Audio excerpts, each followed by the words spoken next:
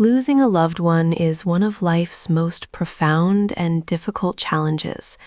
Amidst the grief, the memories, and the comforting words of friends and family, there often comes a daunting reality: navigating the legal process of settling their estate. Dealing with probate can feel overwhelming, but you don't have to face it in the dark.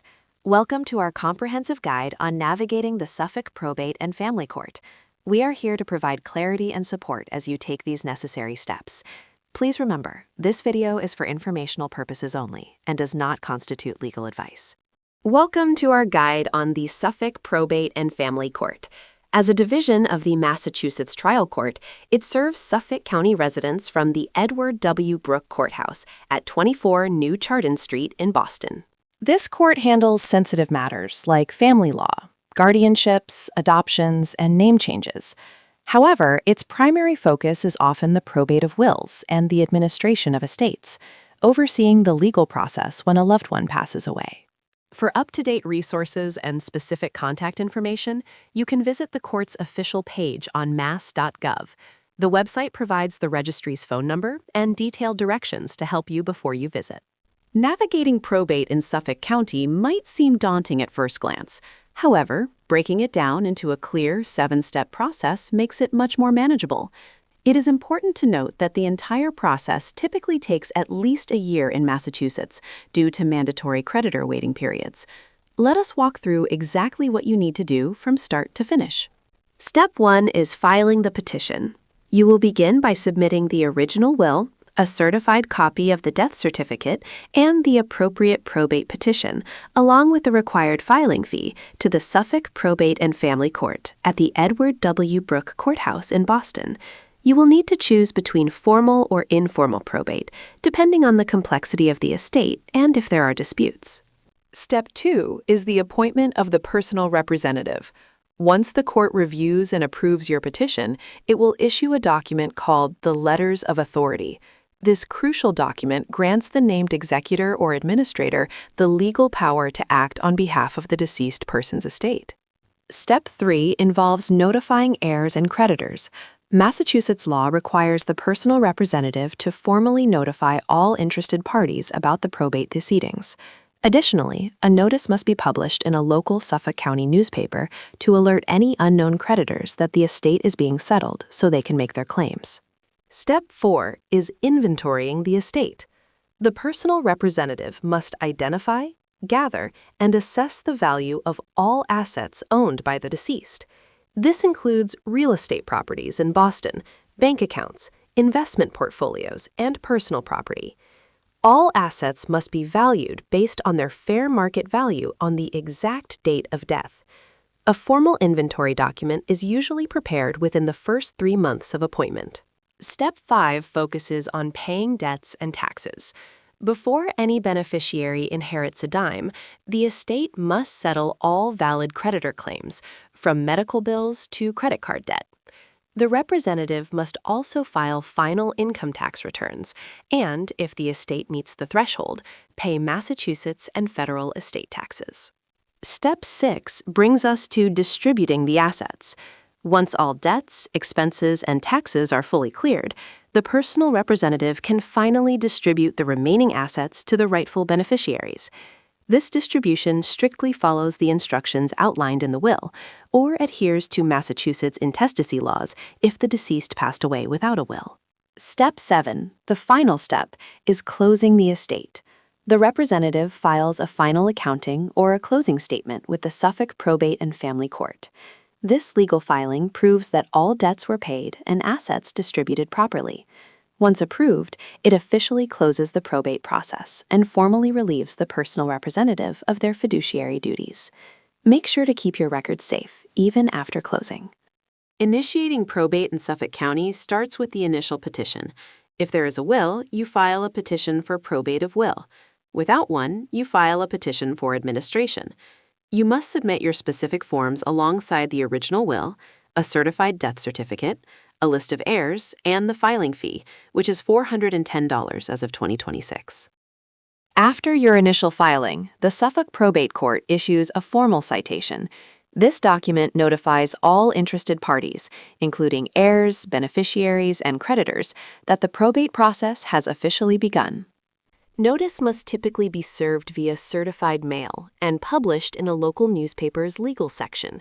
This ensures everyone has a fair opportunity to review the petition and raise any formal objections before the court. After resolving any potential objections, the Suffolk Probate and Family Court formally appoints the estate's executor or administrator. This critical step grants them the legal authority to represent the deceased. The court then issues official letters testamentary or letters of administration. These vital documents serve as legal proof, empowering the appointee to access bank accounts, manage assets, and settle affairs. As an executor or administrator, your next critical task is to identify and value all of the deceased's assets. This includes real estate, bank accounts, stocks, and personal property. You are required to file a detailed inventory of these assets with the Suffolk Probate and Family Court within 3 months of your appointment. For complex or high-value items, you will likely need to hire professional appraisers to establish an accurate fair market value. Next, the personal representative must identify and pay all legitimate debts. This means settling final medical expenses, outstanding credit card balances, and everyday bills using the estate's funds. Finally, you must file and settle any federal and state taxes. Pay close attention to the Massachusetts estate tax threshold. Estates valued over $2 million are subject to this specific state estate tax. After settling debts and taxes, the remaining assets are distributed. With a valid will, assets go to named beneficiaries. Without one, Massachusetts intestacy laws dictate how property is divided among heirs. To finalize this, the personal representative files a petition for distribution with the Suffolk Probate and Family Court. This authorizes the transfer of estate funds, successfully closing the probate process. After all debts are settled and assets are distributed, it is time to officially close the estate.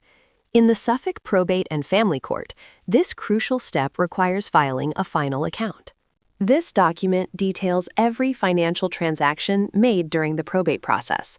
Once the court approves this final account, the estate is officially closed, and your duties as executor are fully discharged. When navigating probate in Suffolk County, several key factors can impact your case. First is the bonding requirement. The court may require the personal representative to post a surety bond, ensuring the estate's assets are protected against mismanagement or fraud during the process.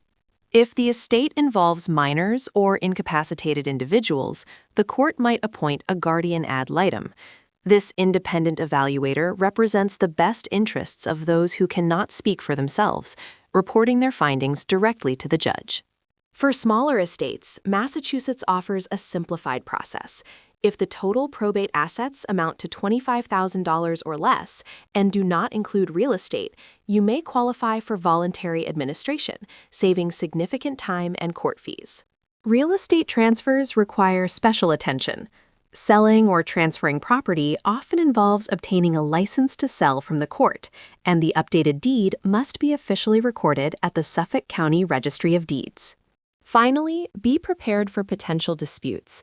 Disagreements over will validity, asset valuation, or breach of fiduciary duty can quickly turn into complex litigation, making mediation or legal representation essential for resolving conflicts. Navigating the Suffolk Probate and Family Court can be complex, making professional guidance essential right from the start. Begin by consulting a qualified probate attorney who deeply understands Massachusetts state law. You can use online resources, such as Funeralist.com's attorney search, to find local legal experts in Boston.